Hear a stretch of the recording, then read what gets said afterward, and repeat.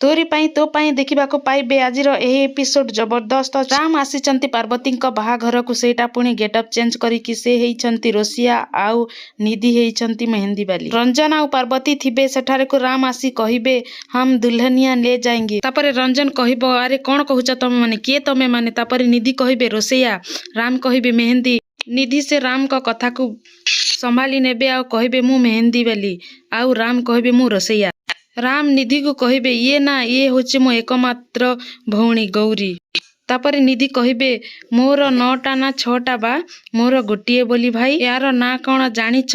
अरे मु कहि दउची यार नाटा होची भोला। आउ राम कौन कम कि से पार्वती आड़ को जाइकी कहिबे आउ तमे मते डाकी पारिबो प्यार से जानू। निधि कहिबे कथा कौन सारे आमे दुई भाई भौणी ना सबु बाहाघर पहुंची जाऊं। रंजन कहिबे हेले एठिकी काहीकी आसीछंती? राम कहिबे एठी बाहाघर करिबा पई आसीछु। तापरे निधि कहिबे हेले सारे आमे दी भाई भौणी ना जेइटी बाहाघर सेइटी आमे पहुंची जाऊं। रंजन रागी जाइकी पार्वती बापा को कहिबे एठी काम कौन रहीगला जे तमे ताकू एठिकी डाकी आनिछ? याकू कुह एठू चली जिबे।